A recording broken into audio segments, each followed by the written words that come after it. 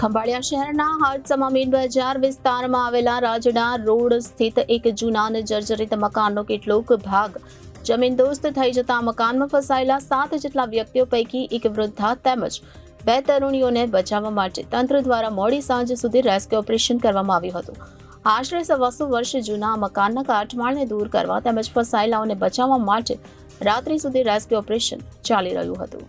ખંભાળિયા સહિત સમગ્ર વિસ્તારમાં ચકચારી બની ગયેલા બનાવની વિગત એવી છે કે ખંભાળિયાના ટ્રાફિકથી વ્યસ્ત એવા મેઇન બજાર નજીક રાજડા રોડ વિસ્તારમાં આવેલા એક સદગૃહસ્થના માલિકીના આશરે 125 વર્ષ જૂના મકાનમાં એક દલવાડી પરિવારના 11 જેટલા સભ્યો રહેતા હતા.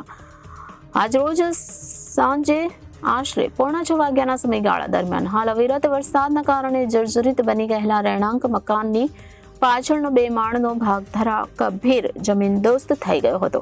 આ સમયે ઘરમાં રહેલા 7 જેટલા સભ્યો પૈકી 4 સભ્યો સફળતાપૂર્વક બહાર નીકળી ગયા હતા, જે પૈકી આશરે 7 વર્ષની બાળાને નાની મોટી ઈજાઓ સાથે હોસ્પિટલમાં સારવાર આપવામાં આવી હતી. આ મકાનમાં રહેતા કેસરબેન કણઝારિયા નામના 70 વર્ષના વૃદ્ધા તેમજ પાયલબેન અશ્વિનભાઈ કણઝારિયા 19 અને પિન્ટુબેન કણઝારિયા 14 ને ફસાઈ ગયેલી હાલતમાં અહીંથી બહાર કાઢવા માટે નગરપાલિકા બાદ મોડી સાંજે એનડીઆરએફની ટીમનું પણ આગમન થયું હતું. વધુમાં જાણવા મળતી વિગત મુજબ અત્યંત જર્જરિત એવા મકાન સંદર્ભે નગરપાલિકા તંત્ર દ્વારા અગાઉ જે તે આસામીઓને નોટિસ આપવામાં આવી હતી, પરંતુ કડક કાર્યવાહીના અભાવે મકાન ખાલી ન કરાતા આજે આ દુર્ઘટના બની હતી. તો ખંભાળિયા શહેરના હાડસમા મેઇન બજાર વિસ્તારમાં આવેલા રાજડા રોડ સ્થિત એક જૂના અને જર્જરિત મકાનનો કેટલોક ભાગ જમીનદોસ્ત થઈ જતા આ મકાનમાં ફસાયેલા 7 જેટલા વ્યક્તિઓ પૈકી એક વૃદ્ધા તેમજ 2 તરુણીઓને બચાવવા માટે તંત્ર દ્વારા મોડી સાંજ સુધી રેસ્ક્યુ ઓપરેશન કરવામાં આવ્યું હતું.